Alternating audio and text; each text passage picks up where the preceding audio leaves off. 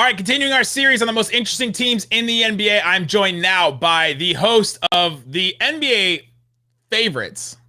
That's right. The champion favorites, Brooklyn Nets. It's Adam Armbrecht from Locked On Nets. Adam, what you got for me? Oh, it's just another good day in Brooklyn Nets land where we are. We're a dominant force. If we can stay on the court, who's going to stop us? Even your intro is just condescending right now, Adam. I just you know what is weird though is that like I really from last season and being a Nets fan pre the big three, like I really don't have a bravado or ego around like puffing the chest and stuff. Just every once in a while, because you have Kevin Durant and Kyrie and Harden, it's just like I probably have to be a little cocky because when you hear like James Harden, when they're like, "Oh, like what do you think?" He's like, "What do you mean? What do I think? I think we're gonna crush everybody if we're on the court." You know, like they build it up in me a little bit. So comes with it. There's definitely some down days. I mean, let's remind people the leading scorer in franchise history for your team was Brook Lopez, and still is Brook Lopez, right? Like there were some days there where it just was not looking that great. And that's pre-shooting the three-pointer, Brook Lopez. Yeah. You know what I mean? So that guy wasn't even getting the volume from the outside that you saw once. That's your dad's Brook Lopez. That's yes, exactly. I don't even know if the three-point shot was a thing in the NBA when Brook Lopez was in net. Where do you stand with the people, and where do you and where do Brooklyn Nets fans stand with the contingent of people that say, "Wow, the Milwaukee Bucks won the title, good for them, happy for Giannis," but if our guys would have been healthy, or even like modestly healthy, we would have just run away with it. Yeah, last year. Yeah, I have you can look back at it and say, give me 80% James Harden, give me just Kyrie Irving, any of these pieces, give me a healthy Jeff Green. Who knows what happens in that series, maybe. But Doug and I talk a lot about this on the podcast where like every single season in every single sport, there's one championship. A lot of things happen throughout a year and throughout the playoffs. And when the team gets crowned, like there is no, but no, Milwaukee won. It was a great run for them. They kind of checked a lot of boxes for themselves that they hadn't in years prior. They won the championship. I'm excited to see what happens this season if they meet up at full strength. But no, listen, hats off to them. And it's not like we look back and say, mission accomplished. The Nets have basically, we did what we wanted to do. We had the big three. We all feel like we could have won that championship. So if these guys decide to move on, we did what we wanted to do here. When has anyone said mission accomplished and it was like... it actually was true, right? Remotely regarded as being, you know what? Only because you said that, I highly doubt that this job is done. Speaking of the health of all these guys, what's the status of these three guys? Durant, James Harden, Kyrie Irving. What are the status of these guys heading into the season? Yeah, Harden's going to be good. He's been back in the gym working out. I just think that was, unfortunately, the timing of his injury was going to be hard to recover from in real time. And you saw him out there, and we all know that wasn't full strength James Harden. So it was just a matter of, hey, if I can get through the rest of this postseason, however long it was going to run, get myself back to healthy, I'm good.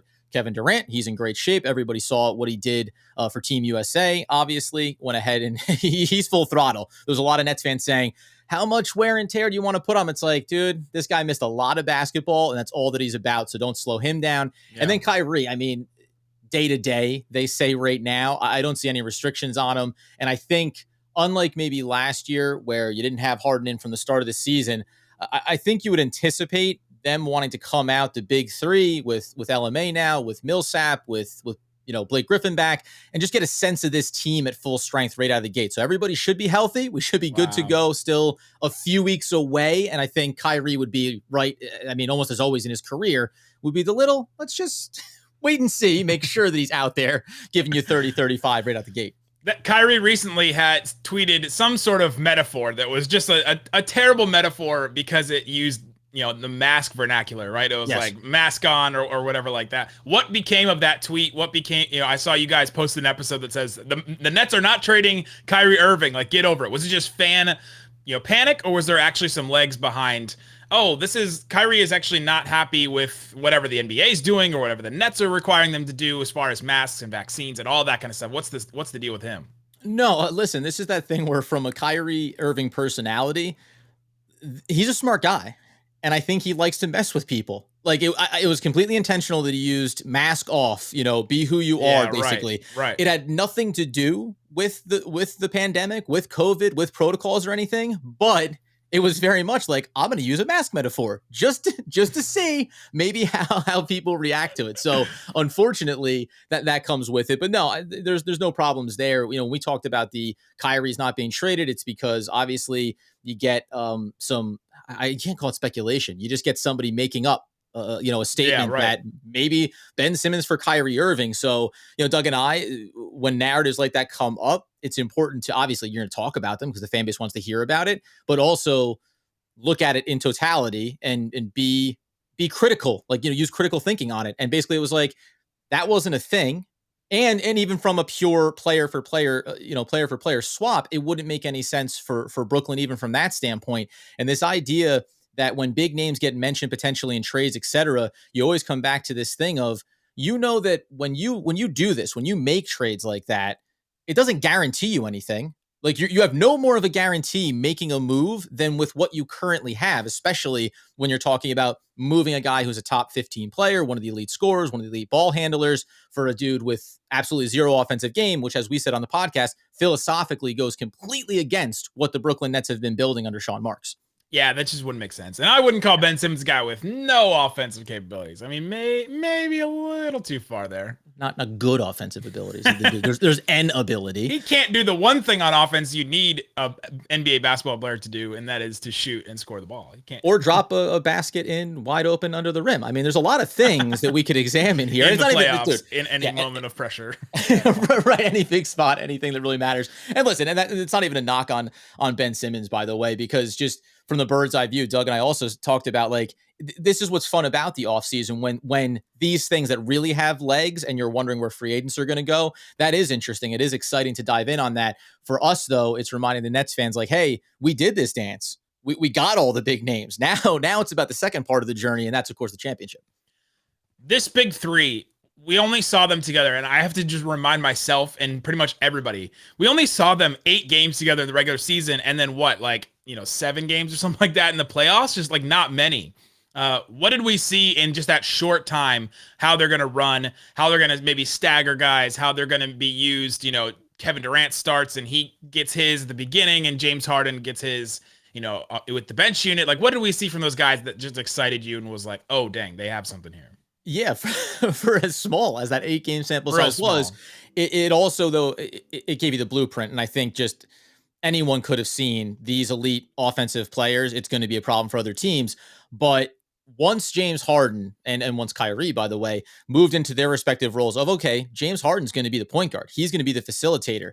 That, I think, really opens things up, because James Harden's mentality here, as opposed to his time in Houston, and there was little stints that he had there depending on the personnel around him, but he comes in and says, I know I can get mine at a certain point. I can take over a game for a stretch in the second half, but early, I want to feed KD. I want him to be getting his motor going. I know Kyrie wants to get his look, so I get to facilitate and then worry about, when do I need to maybe put my stamp on this game? When do I need to do my little step back three, et cetera? So they're an offensive problem for no matter what team it is. It's interesting to see that the big transition from last year to this year now is the supporting cast. You bring back a guy like Bruce Brown, you bring back Blake Griffin. That makes a lot of sense. No more Jeff Green here. And the one thing that we always talked about was, and obviously the move off from DeAndre Jordan, another shrewd move from Sean Marks, in my opinion, getting a trade of any level of value and also moving off the money. But now you have LMA back from retirement. Now you bring in Paul Millsap. All of a sudden, you start to bring in a little bit more size, a little bit more length, and that's probably the one area that you wanted to see the Nets address here from last year to this season, which now affords you to say, KD, Kyrie, and Harden, do your thing offensively. We're going to have enough length and strength, really, to balance it on both ends of the floor, because I doubt that any team could run with them full strength for a 7-game series and stop them offensively. But this is probably the little extra Sean Marks. But what I'd love to do is bring in just enough so that if we need to get a handful of key stops, it's not going to come down to, can Kyrie, can Harden turn it on? Can KD turn it on? Because you did see that with KD by himself, what it looked like. Can he do it at both ends? Of course. But he's also going to be so gassed that at the end of the series, the final game, he just goes, whatever it is, man, it's going up. I've got nothing left, right? I'm going to take this 3 with my toe on the line and miss which, by the way, I couldn't believe how long that lasted of like, oh, if he wore the right size shoe, he was healthily over the line. This wasn't about, he would have had to have cut his toes off in order to be able to fit into a shoe to make that shot. So for whatever that's worth. Didn't it come out that he wears like oversized, like bigger shoes than he needs to though? Yeah, he wears a size bigger than he needs to because he likes to have a little bit of wiggle room. He said one size, or do we know how many sizes bigger he likes to like? I think it's just one. Although I will say, because like I'm obviously a normal size human, so when I think about like wearing a size bigger, I'm like, yeah, it's like what, another half of an inch. But when you have size 11, 12, 33, like Shaq did, like that could be another 7 inches for all I know. Wouldn't we all like enough? In so many different areas of life, wouldn't we all like just a little bit more? Oh, last thing for you. Are you ready for the number of tweets from people that watch the Nets this year that go, oh my God, they have a guy named David Duke? Who is this? Who is this guy? Because it's going to happen probably every single Nets game, especially national TV. He's actually one of the things that we're going to be watching for because he could be in line to get that second two-way contract. The Nets have committed to Kessler on the 1. They still have another spot open that'll play itself out over the end of this offseason into training camp, into the preseason, certainly. He had a great quote, though, because he was asked about it. When he was drafted, I talked to Doug. I said, boy, that's a interesting name given who it's tied to. For those that don't know, we have a lot of international listeners. David Duke, the name David Duke used to be like the leader of the Ku Klux Klan, like the KKK in the United States. So it's a name that you're like, oh, that guy's name is David Duke, like a weird thing to be named. Not what you call great, in terms of name association. But he was asked about it, I think, during the Vegas League, the Summer League.